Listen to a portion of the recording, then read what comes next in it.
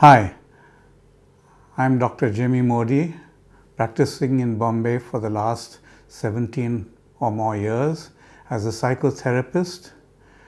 My training is in psychoanalysis, clinical hypnotherapy, transpersonal regression therapy, CBT, and a few others. Today we are going to talk about demystifying depression. It is a serious condition.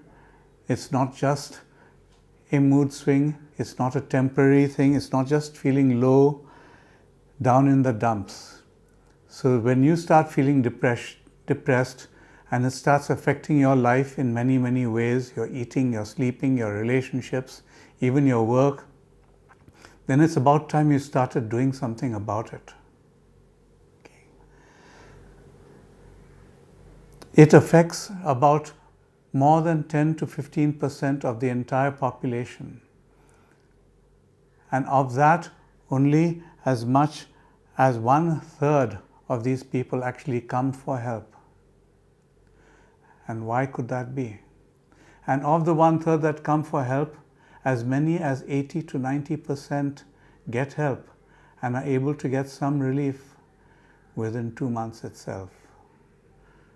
So there's a lot about depression that we need to know. The causes of depression are not entirely known, but are varied and many. Typically, they could be genetic, they could be biological, there could be a brain chemical, brain function problem, it could be due to a medical illness, it could be psychological or environmental. And there are many, many other causes as well. But one thing it is not. It is not due to a personal weakness or a personal flaw in your character. Be assured of that. Okay. Now we need to look at what are the kind of treatments that you need to go for. And I would say that there are three-pronged approach towards helping you with your depression. You must go for all three of them and not miss any one of them out. First is you need to consult a psychiatrist who is the person who is medically qualified and licensed to give you the medicine necessary to deal with the biological brain function aspects or causes of your depression or the medical illness causes of your depression. Then you need to go to a psychotherapist. He is not licensed to give medicine, so don't talk to him about your medications. He may not know much about them. But he is trained in a number of different therapies, such as I am, many of which are very good for working on your depression, particularly CBT. CBT has been found to be the best therapy for depression. It's evidence-based and it is empirically proven to have a high success rate, higher than any of the other therapies. The other thing that you need to do is self-help. This is the third pronged attack on your depression, is through self-help. This cannot be undermined or understated.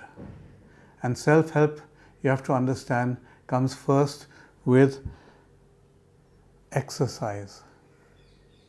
Yes, exercise.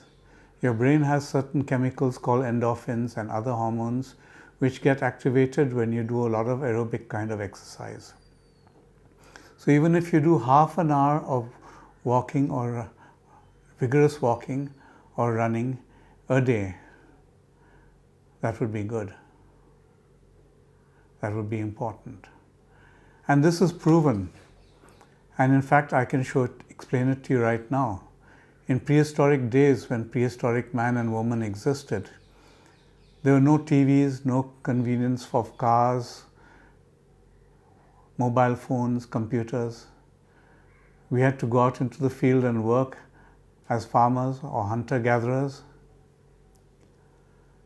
We were much more exposed to exercise than we are today. And so it's not surprising that in those days, the problem of depression was hardly ever heard of. Nobody was committing suicide. So please, I urge you, don't take it too simple and easy. Go out and commit to yourself half an hour of exercise a day. Okay? The next thing that you need to work on is your self-awareness. Watching yourself, becoming aware of yourself, witnessing yourself, your thoughts. And especially you'll find it easiest to witness, watch, and observe those thoughts that constantly, obsessively, persistently repeat. Take some of those thoughts that particularly repeat because they occupy a lot of your mind space, don't allow you to think of anything else or do anything else.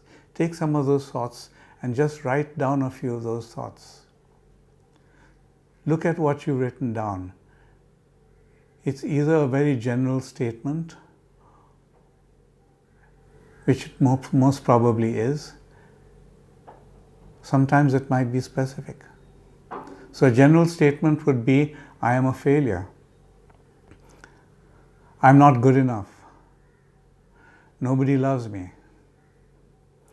From these general statements, you need to get a little bit more specific. Why do you feel this way?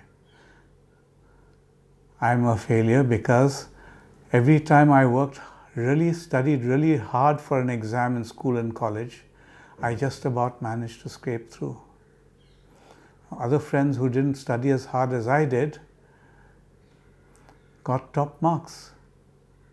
I'm a failure. Or you might say I'm a failure because I tried one startup idea and it didn't succeed. Or I'm a failure because every relationship I've been in, my girlfriend, my boyfriend, whatever, has walked out on me. Well, you need to get more specific. And you also need to challenge all of these assumptions that you just made about yourself. Human beings love the act and practice of self-evaluation. But nobody in school or college ever teaches us how to self-evaluate. You must self-evaluate not optimistically. You must self-evaluate not pessimistically. You must self-evaluate realistically. That means take each of these thoughts, especially the repetitive ones, and challenge them. Challenge their validity. Ask them to prove themselves. Where is the evidence? Is there more to the story of you than not doing well in your college exams? Start looking at a larger picture of yourself. Start evaluating yourself more realistically based on evidence. And last but not least, become aware of your cynical thoughts. Nothing is good. Nothing is worthwhile. It's not worth getting up and making an effort to do something for myself. People are like this. People in the government are all corrupt. All industrialists are corrupt. All policemen are corrupt. These are very, very cynical ideas. All men have only one thing on their mind. Very cynical ideas. Cynicism seeks to destroy any good in you. So we don't want cynicism either. So on all these fronts, you need to become aware, watch, and challenge them. Challenge them with possible alternative thoughts, not positive thoughts, not positive thinking, but possible alternative thoughts. What could be the other ways of thinking about yourself? What could be the other ways of evaluating yourself?